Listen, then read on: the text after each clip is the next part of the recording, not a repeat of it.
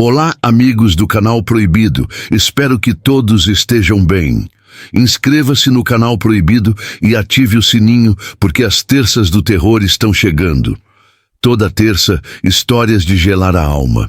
No lançamento, 1 hora de relatos tão macabros que o sono foge e o medo fica. Curta, grite, eu topo nos comentários e espalhe o pavor. O terror não espera. Você vai encarar? Dizem que, quando as cinzas de um falecido permanecem em casa, às vezes seu espírito nunca vai embora. Nem todos conseguem descansar em paz. Talvez alguns tenham assuntos inacabados, e quando a noite cai, é quando se fazem presentes. Meu nome é Lívia, e antes de ouvirem minha história, quero lhes dizer algo. Nunca guardem cinzas mortuárias em suas casas, por favor. Durante 30 anos fui casada com Túlio, o amor da minha vida. Quando ele faleceu, senti que o mundo desabava sobre mim. Não conseguia aceitar que ele não estava mais ali, que seu riso, sua voz e sua presença haviam desaparecido para sempre. Decidi cremá-lo. No começo, a ideia me reconfortou, pois sentia que, de alguma forma, ele ainda estava comigo. Mas com o tempo, algo começou a mudar. A primeira vez que o sonhei foi 2 semanas após sua morte. No sonho, Túlio estava de pé ao lado da cama, me observando em silêncio. Seus olhos não refletiam tristeza nem alegria, apenas uma insistência estranha. Eu queria falar com ele, mas antes que pudesse dizer qualquer palavra, acordava, me levantando da cama assustada. As noites seguintes foram piores. Já não o via apenas em sonhos, mas sentia sua presença pela casa. Certa madrugada, acordei com a sensação de que alguém se deitava ao meu lado na cama. Pensei que fosse um pesadelo, mas não era. Quando despertei completamente, pude sentir claramente o colchão afundando do lado onde Túlio costumava dormir. Até mesmo o ranger da cama era audível. Minha pele se arrepiou ao sentir aquele peso invisível ao meu lado. Não tive coragem de me virar para olhar. Dia após dia, as manifestações se tornavam mais intensas. Às vezes, enquanto cozinhava, um aroma familiar invadia a casa. O perfume que ele sempre usava quando saíamos para jantar juntos no restaurante da tia dele, o cantinho da vovó, em Vila Serenata. No início, achei que era minha imaginação, que eu estava sugestionada. Mas depois disso, comecei a ouvi-lo. Certa noite, estava assistindo televisão na sala, tentando me distrair de tudo. De repente, uma voz baixa sussurrou no meu ouvido. Lívia, soltei um grito e me virei rapidamente. Não havia ninguém, mas eu tinha ouvido. Senti que Túlio estava ali. Meus nervos estavam em frangalhos, e eu não conseguia continuar vivendo com a certeza de que algo ou alguém me observava constantemente pelos cantos da casa. Talvez pensem que eu estava louca, mas aquela presença não parecia mais meu marido. Aos poucos, a visão na casa começou a se tornar como fumaça de algo queimado no fogão. Contei tudo para uma amiga próxima, a Clara, e ela me recomendou uma médium. No começo, hesitei, mas o desespero me levou a buscar ajuda. Liguei para a médium, Dona Zilda, e marquei um encontro. Quando ela chegou e cruzou a porta da minha casa, sua expressão mudou imediatamente. Seu rosto ficou tenso e sua pele se arrepiou. Ele está aqui, minha filha, sussurrou ela. Segurou minhas mãos e disse que precisávamos fazer uma sessão espírita. O espírito do meu marido estava preso naquela casa e estava muito bravo, pois não conseguia descansar em paz. Naquela mesma noite, Dona Zilda preparou a sessão. Colocamos velas em círculo sobre a mesa. Havia também um baralho de cartas e, bem no centro, a urna com as cinzas do meu falecido marido. A médium me disse que é muito perigoso manter as cinzas dos mortos dentro de casa, pois eles se apegam à vontade de continuar vagando neste plano. Depois que ela me disse isso, fechou os olhos e começou a falar coisas que eu não entendia. Em seguida, algo estranho começou a acontecer. As janelas e portas estavam fechadas, mas uma brisa começou a entrar de algum lugar. Aquela fumaça que eu mencionei ficou ainda pior, e as chamas das velas tremulavam violentamente, como se alguém estivesse soprando sobre elas. Dona Zilda ignorou esses sinais e, com voz firme, disse: Túlio, eu lhe dou permissão para se manifestar através de mim. Foi então que a mulher jogou a cabeça para trás e seu corpo ficou rígido. Seus olhos reviraram até ficarem completamente brancos. Quando ela falou, sua voz não era mais a dela. Era idêntica à do meu marido. Jogue-me fora. Quando escutei sua voz, o tempo pareceu parar. Eu estava arrepiada dos pés à cabeça. De repente, as velas se apagaram. Dona Zilda tombou para a frente, como se algo a tivesse abandonado de repente. Quando recuperou o fôlego, me olhou com seriedade. Você ouviu o que ele pediu. Se quer que isso termine, precisa fazê-lo. Na manhã seguinte, peguei a urna com as mãos trêmulas e chorando. Dirigi até o rio cristalino que ele gostava de olhar.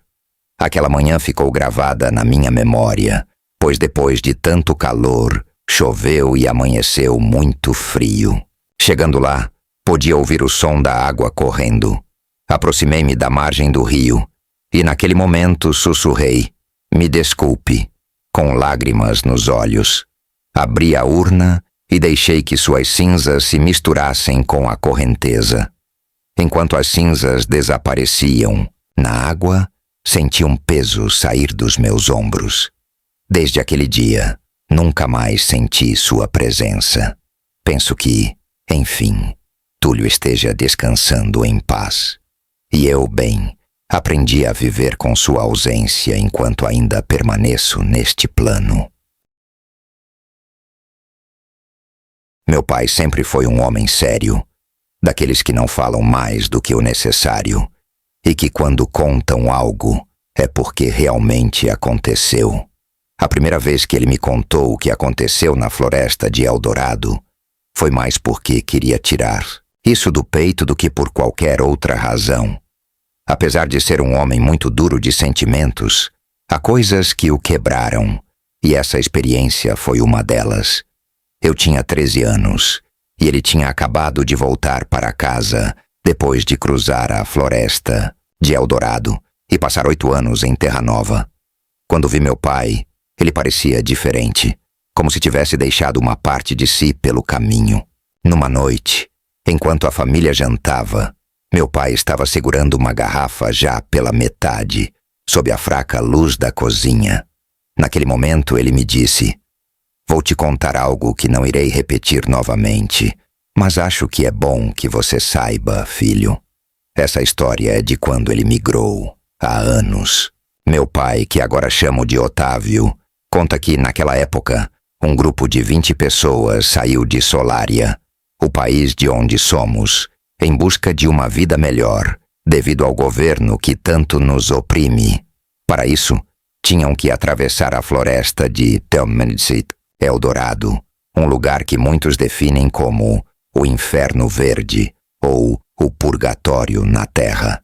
A floresta de Eldorado não é apenas árvores e rios. É um monstro que te devora aos poucos. A chuva nunca para, a lama gruda na pele e a umidade penetra até os ossos. Se o clima não te matar, os animais o farão. Aranhas, cobras, rãs venenosas ou predadores de grande porte. Qualquer animal pode te picar ou atacar, e ali você fica. Não há antídotos por perto, muito menos centros médicos para te socorrer. Se você não for vítima dos animais, simplesmente não sai de lá. E não é só isso. Na floresta, há dezenas de plantas venenosas que, com o menor toque na pele, causam erupções ou infecções que podem levar à morte. Acredite, descrevê-las não chega nem perto do horror que alguém pode sentir na própria pele. Meu pai e os outros imigrantes tentavam se proteger disso. Os dias passavam. A comida já estava acabando. O guia, um homem experiente chamado Ramiro, deu as recomendações necessárias para a travessia. Mas elas não foram suficientes. Muitos ficaram sem água e comida, e ainda restavam vários dias para terminar a travessia. E pensar que isso era apenas o começo do horror naquele lugar.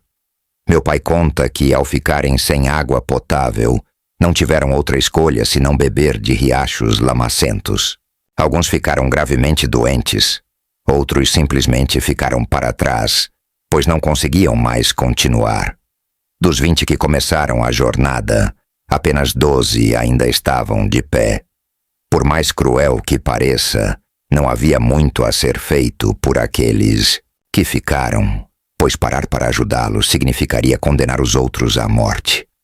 Meu pai e alguns poucos continuaram pela floresta. E, curiosamente, um pouco mais adiante, encontraram um acampamento. Aquilo parecia estranho, porque não estava completamente abandonado. Havia mochilas, roupas e até panelas com restos de comida, porém, nenhuma pessoa. Ramiro sugeriu que poderia ser um acampamento de um grupo, mas o fato de não haver ninguém por perto era incomum. Como ele conhecia vários grupos de bandidos que habitam a floresta de Eldorado, pensou que o acampamento pertencesse a um deles.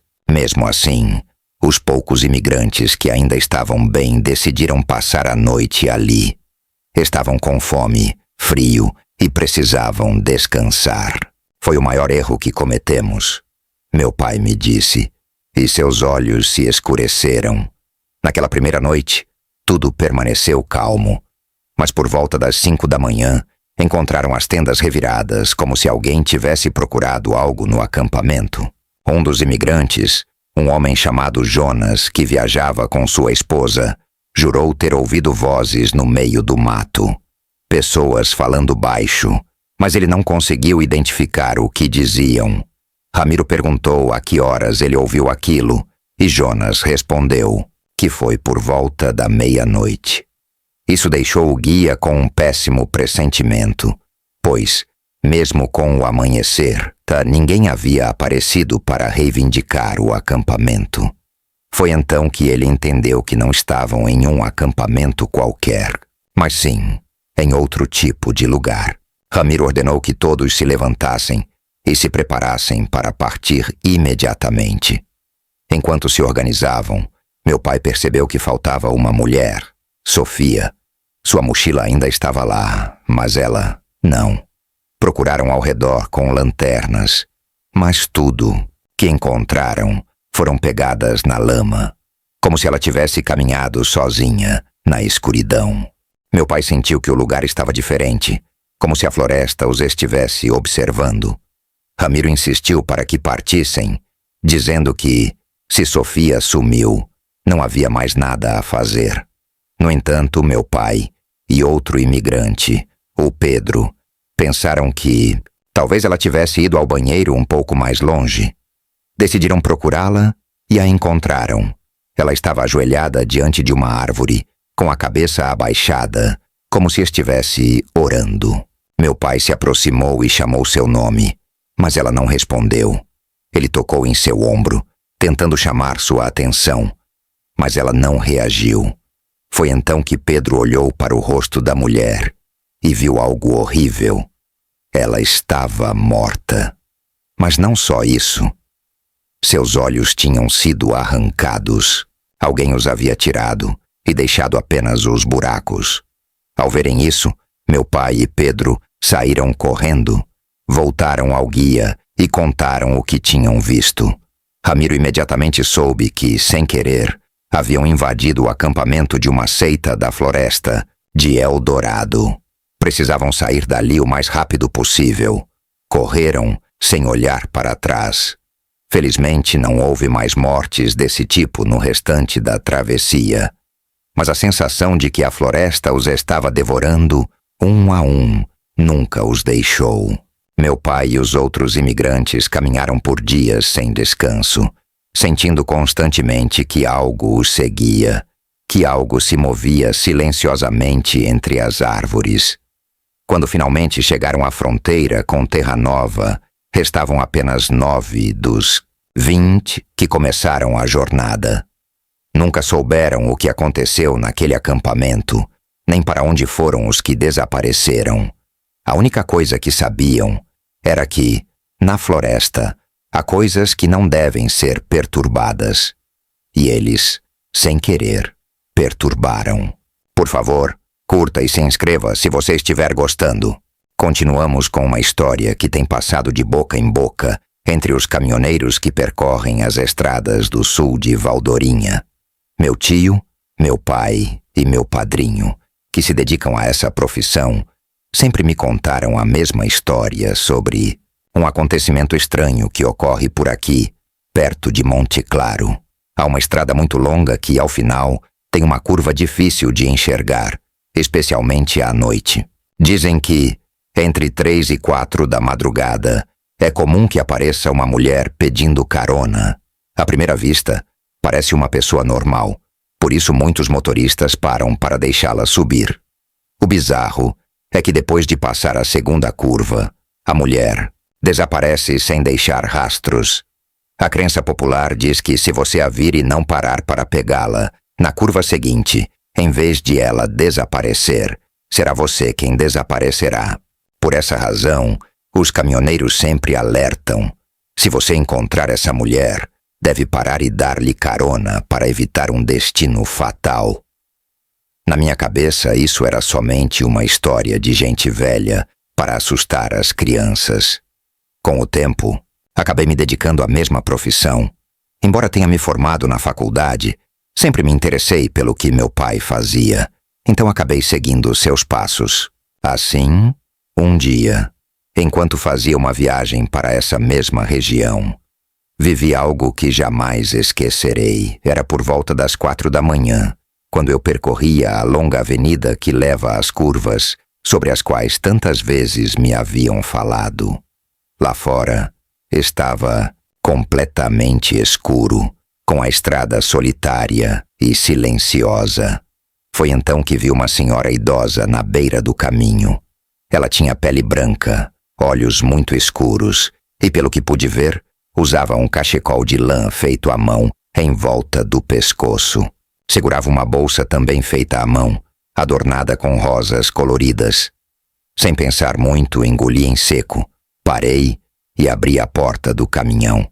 A mulher subiu no primeiro degrau, segurando-se com dificuldade na porta para não cair. Perguntei para onde ela ia, e ela respondeu que precisava chegar ao ponto de ônibus mais à frente. Está bem, suba, eu disse, oferecendo ajuda com sua bolsa, pois parecia muito pesada, mas ela simplesmente a colocou ao lado e fechou a porta com calma. Boa noite, filho, disse ela com voz tranquila. Boa noite, dona, respondi, retomando o caminho. Enquanto avançávamos, a senhora comentou como devia ser difícil trabalhar à noite, acrescentando que, às vezes, podia ser muito cansativo. Enquanto conversávamos, a observei várias vezes, de relance. Não conseguia evitar me perguntar o que uma mulher fazia àquelas horas em um lugar tão perigoso. A estrada é estreita, escura, cercada por buracos, e além disso, algumas vezes vi usuários de drogas por ali. Preciso acrescentar que, para me manter acordado durante as viagens, costumo deixar o ar-condicionado no máximo. Por cortesia, perguntei à senhora se ela estava com frio. Ela negou com a cabeça, dizendo que estava bem. Por um momento paramos de conversar, e acho que foi aí que tudo ficou mais estranho. Talvez tenha sido quando percebi que o barulho do motor e do ar-condicionado era a única coisa que rompia o silêncio da noite. No meio daquele silêncio, a senhora disse: "O que foi, filho? Não se assuste. Eu não vou te fazer mal." Não, não é isso. É que esse trecho costuma ser perigoso nas curvas. Eu disse. Ela apenas sorriu. Quando nos aproximamos da segunda curva, girei o volante com cuidado, sem tirar os olhos da estrada. Ao olhar para o assento do passageiro, a senhora já não estava mais lá. Imediatamente parei o caminhão, liguei o pisca-alerta e revirei toda a cabine. As portas ainda estavam trancadas, as janelas fechadas. E mesmo assim, sim, a senhora e sua bolsa tinham desaparecido. Não havia nenhum vestígio de sua presença.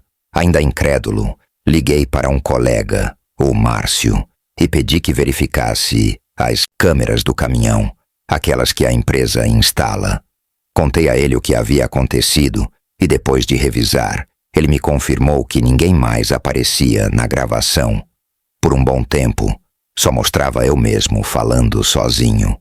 Cheguei à base, ao amanhecer, nervoso. Ao me verem, meus companheiros apenas riram e, em tom de zombaria, perguntaram: "Então, a gostosa pegou carona com você?" Suas risadas me irritaram, pois minha mente estava em pane, tentando entender o que havia acontecido. Foi então que tive certeza das histórias do meu pai, do meu tio e do meu padrinho. Desde aquele dia, toda vez que viajo sozinho, coloco algo no assento do passageiro, pois dizem que se você tiver algo ali, nenhum espírito vai se sentar. Não sei se é verdade, mas é melhor tentar algo do que nada. Meu tio Caio nunca foi um homem que se assusta com facilidade. Durante toda a sua vida, trabalhou no campo, na construção e em qualquer coisa que o ajudasse a seguir em frente. Na verdade, a falta de trabalho e de um bom salário foi o que o levou a sair do nosso povoado, Vila das Águias, em busca de uma vida melhor em terras estrangeiras. Ele conta essa história com frequência, para que as pessoas conheçam sua experiência. Embora muitos não acreditem e o chamem de louco, meu tio Caio saiu de Vila das Águias como um guerreiro, por volta de 2008, em busca do famoso sonho de Terra Nova. Naquela ocasião, ele se juntou a um pequeno grupo de cerca de 8 pessoas, todos guiados por alguém que conhecia a rota pelo deserto de areias douradas e que poderia levá-los até o outro lado. O grupo saiu de Monte Sombrio e caminhou a noite toda pelo deserto, pois o guia, um homem chamado Baltazar, havia dito que aquele caminho era um pouco mais fácil. Naquela época, a imigração não era tão rígida com os imigrantes, mas ainda assim, era preciso estar muito atento. Digo isso porque eles sempre encontravam um jeito de capturar os imigrantes, e os capturados sofreriam muito. Meu tio Caio diz que a travessia foi extremamente difícil. O deserto é traiçoeiro. De dia, queima. De noite, congela. Além disso, a água acabava rápido, os pés doíam e a cabeça latejava de cansaço. Mas todos sabiam que não podiam parar, pois, se alguém ficasse para trás, seria deixado no caminho. Baltazar foi muito claro sobre isso. Ali, ninguém esperava por ninguém. No terceiro dia de caminhada, um jovem, o Léo, desabou. O calor o havia secado por dentro, e por mais que compartilhassem água com ele, já não havia solução. Baltazar disse que não podiam carregá-lo e que a única opção era seguir em frente. O pobre rapaz não aguentava mais, então o deixaram ali, na esperança de que alguém o encontrasse. Nisso, meu tio notou algo estranho. O vento forte que soprava no deserto apagava as pegadas do resto do grupo, mas não as do Léo. Suas pegadas continuavam ali, intactas, como se o deserto não quisesse apagá-las. Aquilo era estranho, mas meu tio tentou não dar importância. Naquela noite, acamparam entre grandes rochas que os protegiam do frio. Não acenderam fogo, apenas se cobriram com o que tinham e dormiram como puderam. Durante a madrugada, meu tio acordou de repente. Não sabia o motivo, mas havia algo no ar que o fez despertar sem explicação. Assustado, olhou ao redor e viu Baltazar sentado, olhando para a escuridão da noite. A princípio, pensou que ele estivesse de guarda, mas logo percebeu que o homem estava tremendo. O guia estava ali, arrepiado e com uma expressão de puro medo. Meu tio não entendia o que estava acontecendo. Então, seguiu o olhar de Baltazar para tentar descobrir. A alguns metros do acampamento, entre as sombras, havia alguém de pé. Pelo formato do corpo, parecia um homem, mas não se movia. Apenas estava ali, com a cabeça inclinada, como se os observasse. Não dava para ver seu rosto, mas era muito alto e magro, como um galho seco. Meu tio, com medo, quis acordar os outros, mas Baltazar fez sinais para que ficasse em silêncio. Depois de um tempo que pareceu uma eternidade, a figura desapareceu na escuridão da noite, como fumaça. Meu tio então se aproximou de Baltazar e perguntou se ele sabia quem era aquele que os observava. Era óbvio que não se tratava da patrulha de imigração, porque se fosse, já teriam sido presos. Baltazar apenas ficou em silêncio e disse que não comentasse nada com ninguém. Na manhã seguinte, quando o sol ainda estava nascendo, meu tio encontrou pegadas ao redor do acampamento. Eram pegadas profundas e não pareciam de botas nem de pés descalços. Aquilo que deixou marcas na areia parecia ter garras. Ao longo do dia, o guia estava mais calado do que o normal. Algo o incomodava, e isso era evidente. No meio do caminho, ao meio-dia, ele parou e disse que não podiam continuar. Disse que havia algo seguindo o grupo e que, se quisessem viver, precisavam voltar. Os imigrantes ficaram revoltados e perguntaram por que deveriam voltar, já que estavam perto da fronteira. Tinham caminhado por 3 dias no deserto e retornar parecia loucura. Baltazar, porém, insistiu, dizendo que algo estava atrás deles e que esse algo não era humano. Ao dizer isso, olhou diretamente para o meu tio, que também tinha visto aquela sombra, observando-os à noite. Meu tio entendeu o que o homem quis dizer e o apoiou. Se o guia estava dizendo que era melhor voltar, eles deveriam ouvi-lo, mas os outros imigrantes não quiseram escutar. Estavam perto demais do destino e disseram a Baltazar que, se ele não os levasse, então devolvesse o dinheiro ou mostrasse o caminho. O homem fez um último aviso, dizendo que o deserto tem vida própria e escolhe quem pode atravessar e quem não pode. Ele decide a quem dar mais calor ou mais frio, a quem fazer a água e a comida acabarem mais rápido. E agora, o deserto estava contra o grupo. O próprio deserto não queria que eles chegassem ao outro lado. Ao ouvir isso, chamaram-no de doido e decidiram seguir sozinhos, pedindo a Baltazar que indicasse o caminho. Meu tio Caio e ele foram os únicos que não continuaram. Voltaram para Monte Sombrio e viram os outros partirem. Baltazar disse ao meu tio para não se preocupar e que mais tarde o ajudaria a atravessar. Deixou claro que aquele grupo estava marcado, amaldiçoado, porque o deserto não os queria e os mataria um por um. Meu tio Caio nunca soube se essa história era realmente verdade, mas ao voltar para o ponto de início, depois de uma semana, conseguiu atravessar a fronteira com outro grupo. Dessa vez não viram nada estranho no deserto. Aquela sombra nunca mais apareceu. O que o assustou, no entanto, foi que dias depois ouviu rumores de que ninguém do primeiro grupo havia sobrevivido. Nos dias seguintes, vários corpos foram encontrados no deserto naquela região. É comum encontrarem corpos de imigrantes, mas meu tio acredita que aqueles eram os mesmos que decidiram seguir adiante. Era algo muito provável, já que Baltazar os havia avisado. Sou um caçador de alces no norte de Terra Gelada, e sei que você provavelmente já ouviu isso muitas vezes, mas conheço a floresta como a palma da minha mão. alguns lobos e alguns ursos antes. Estou explicando isso porque o que vi durante minha caçada em novembro do ano passado desafia qualquer explicação.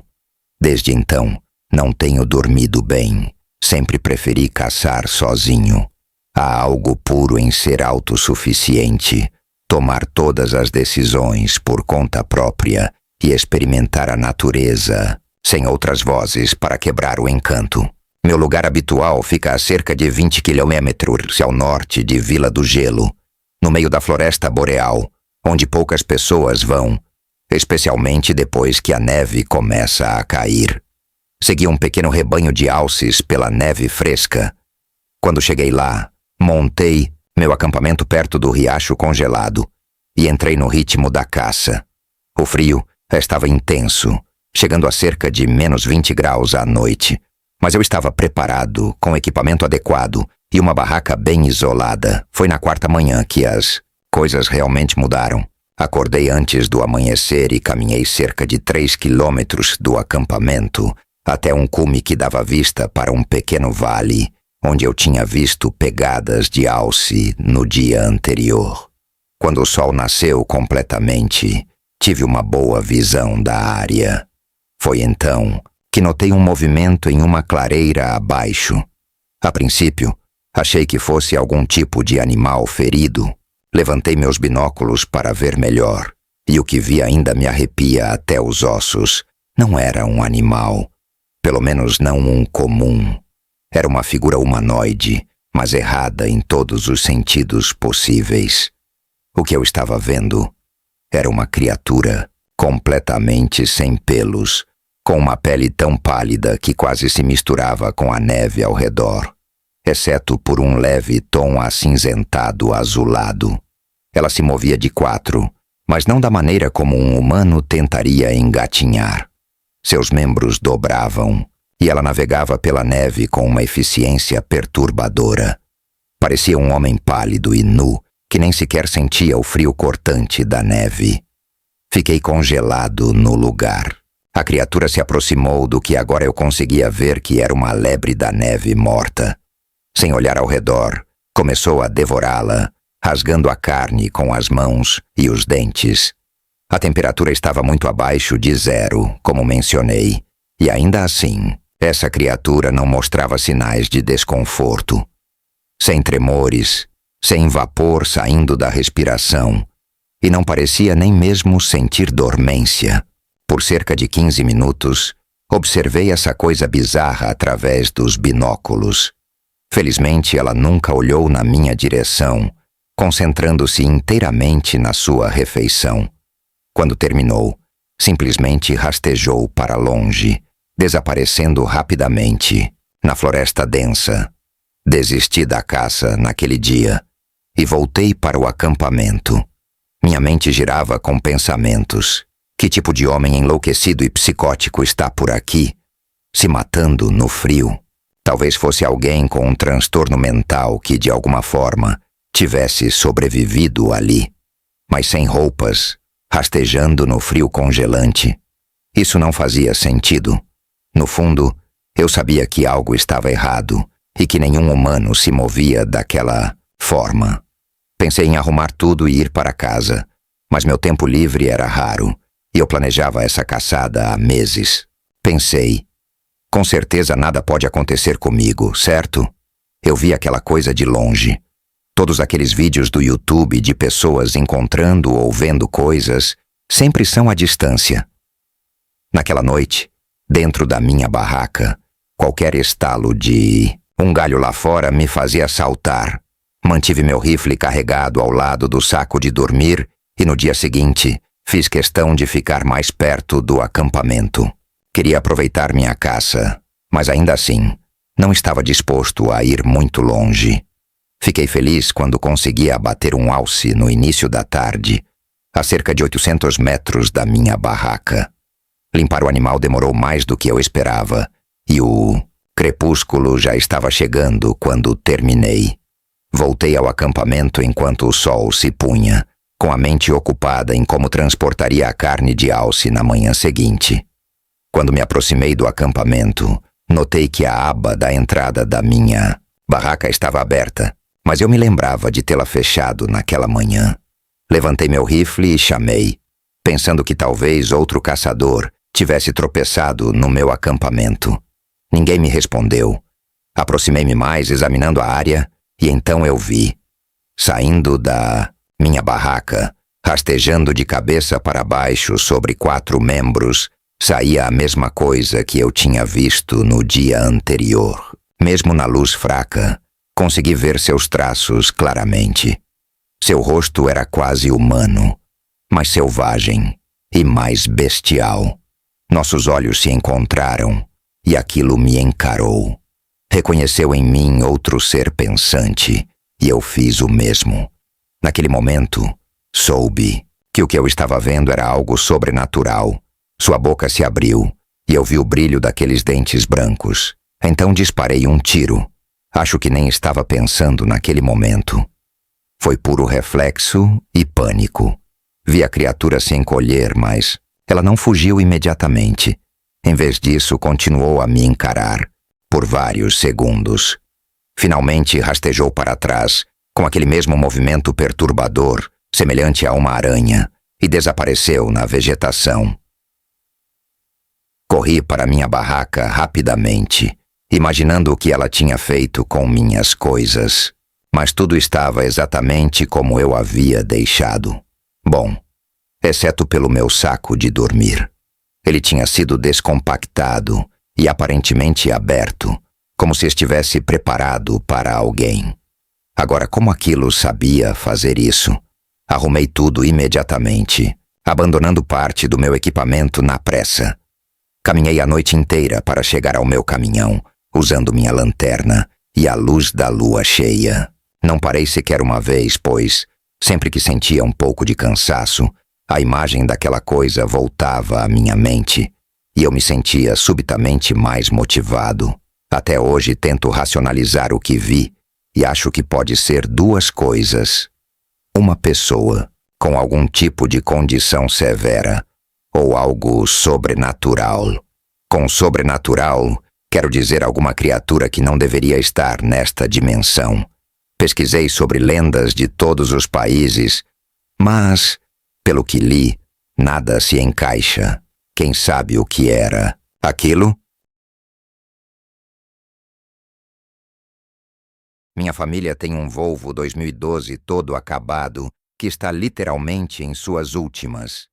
Não sei o que é, mas o carro simplesmente se recusa a parar de funcionar. Já teve milhões de problemas, mas ainda anda. A lista de problemas é enorme. Os freios parecem frouxos, o motor é instável e metade da elétrica mal funciona. Meus pais basicamente estão esperando ele quebrar de vez para terem uma desculpa para comprar um carro novo. Infelizmente, sou eu quem tem que dirigi-lo, além da infinidade de outros problemas. Os limpadores de para-brisa não funcionam.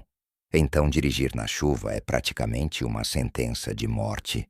Mesmo uma garoa leve já é suficiente para obstruir completamente a visão do motorista. Mas, de qualquer forma, areia branca é o estado mais seco, então chuva geralmente não é uma preocupação onde eu moro. Enfim, isso foi há alguns anos. Eu estava voltando de uma viagem solo para visitar meu amigo Dante, em um estado vizinho. Um daqueles amigos que eu não via há anos. Adoro dirigir, então achei que seria uma aventura fazer essa viagem sozinho, pelo deserto vazio. A ida foi ótima. Conversamos bastante. Foi uma ótima experiência e fiquei feliz por ter feito o esforço. A maior parte da viagem de volta foi tranquila. Mas isso não durou muito. Quando cruzei a fronteira de Areia Branca, uma tempestade começou. Não era apenas uma garoa ou chuva leve, mas uma tempestade de verdade, com relâmpagos e torrentes de chuva. Depois percebi que era uma das piores em anos. Já havia dirigido na chuva antes, mas nada assim. Com o estado atual dos meus limpadores de para-brisa, qualquer quantidade de chuva me obrigaria a parar. Então, foi o que fiz. Saí da rodovia e estacionei a uma distância considerável no deserto, caso algum caminhão ou outro veículo não me visse. Achei que não tinha escolha, a não ser esperar. Talvez tentar dormir no carro. Pensei em ligar para a polícia para pedir ajuda com os limpadores, mas o dinheiro estava curto e eu queria evitar uma multa a qualquer custo. Se não fosse pelos limpadores, eles definitivamente me pegariam por outra coisa. Também não estava disposto a pedir para meus pais dirigirem por 3 horas e meia para me resgatar. Então, a única opção era esperar. Estava sozinho, parado à beira da estrada durante uma tempestade no meio do deserto. Nenhum carro passou por mim durante 1 hora inteira, e a tempestade nem sequer deu uma trégua. Acho que estar sozinho no deserto começou a mexer com minha cabeça, porque depois de mais ou menos 1 hora, comecei a sentir uma sensação horrível. Não sei o que era, mas tive um impulso inexplicável de mover o carro. Ainda estava chovendo, então, obviamente, não poderia fazer isso com segurança. Me peguei olhando nervosamente pelas janelas do carro, como se houvesse algo lá fora. É claro que não havia nada. Tudo o que eu podia ver eram quilômetros e quilômetros de pedras e deserto. O sol estava prestes a se pôr, o que logo deixaria meu entorno na escuridão. Eu não esperava que a tempestade durasse tanto, então a ideia de passar a noite no deserto nem tinha passado pela minha cabeça. Admito que a ideia de não conseguir ver o que estava lá fora me deixou inquieto. Não me assusto facilmente, mas já ouvi histórias suficientes sobre o deserto para sentir calafrios. Como se meus pensamentos estivessem sendo lidos, a chuva começou a diminuir um pouco. Isso foi como um sinal de que logo conseguiria voltar à estrada, o que foi um alívio. O sol começou a se pôr, lançando aquela estranha penumbra pelo deserto. Em outras circunstâncias, eu admiraria a beleza disso, mas a maldita chuva não parava, então eu não tinha escolha, a não ser ficar onde estava. Tentei me concentrar nos relâmpagos à distância, pensando que talvez isso me acalmasse. Não lembro quanto tempo mais esperei, mas eventualmente o sol se pôs por completo. Naquele ponto, decidi que esperar estava desperdiçando energia valiosa.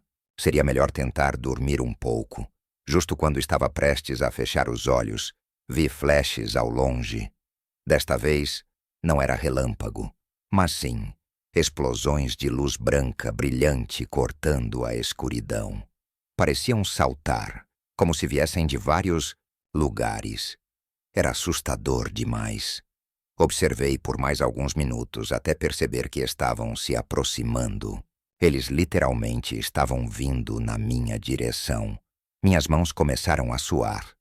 Não sei o que me deu, mas o instinto falou mais alto e tomei uma decisão em frações de segundo: sair do carro e me esconder.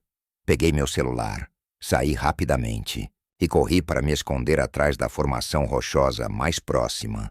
Ainda estava chovendo, mas não me importei. Meu coração batia forte e eu rezava para que o som da chuva abafasse qualquer barulho que eu estivesse fazendo. Agachado, espiava em volta da rocha, observando meu carro à distância. Depois de alguns minutos, percebi o que eram os flashes. Lanternas. Vi 3 figuras se movendo à distância, em direção ao meu carro, cada uma com uma lanterna. Eles moviam os feixes de luz de forma como se estivessem dançando ou cambaleando.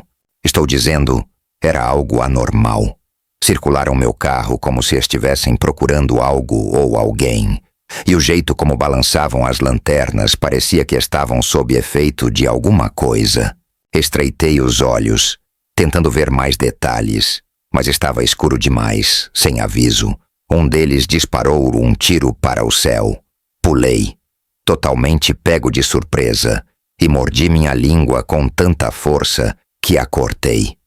Queria me tornar o mais imóvel possível, quase invisível atrás das rochas. Fiquei parado, imóvel, por um tempo que pareceu uma eternidade, sem ousar espiar. Eventualmente, a curiosidade foi insuportável. Lentamente, olhei por trás da rocha novamente e senti meu estômago revirar. Estava totalmente escuro, sem lanternas. Esperei, sem saber onde aquelas pessoas haviam ido.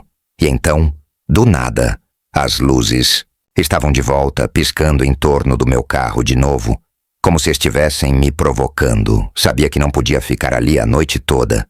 Minhas mãos tremiam enquanto pegava o celular, tentando discar o 911. Sussurrei no telefone, tentando explicar o que estava acontecendo com a voz mal audível. O operador disse que enviaria alguém, e eu desliguei, sentindo tanto alívio quanto pavor. Depois do que pareceu uma eternidade, vi o brilho fraco das luzes da polícia à distância. Assim que as luzes começaram a piscar, as 3 figuras se viraram e correram, desaparecendo na escuridão. Quando o policial finalmente parou ao lado do meu carro, eles já haviam sumido há muito tempo. Corri pela chuva, agitando os braços, grato por ter sido salvo. O policial ouviu enquanto eu contava tudo, particularmente surpreso, o que de alguma forma tornou tudo ainda pior. Ele teve a gentileza de esperar a tempestade passar comigo e não rebocou o meu carro, o que foi algo positivo. Penso nisso com frequência e não fiz mais nenhuma viagem de carro desde então.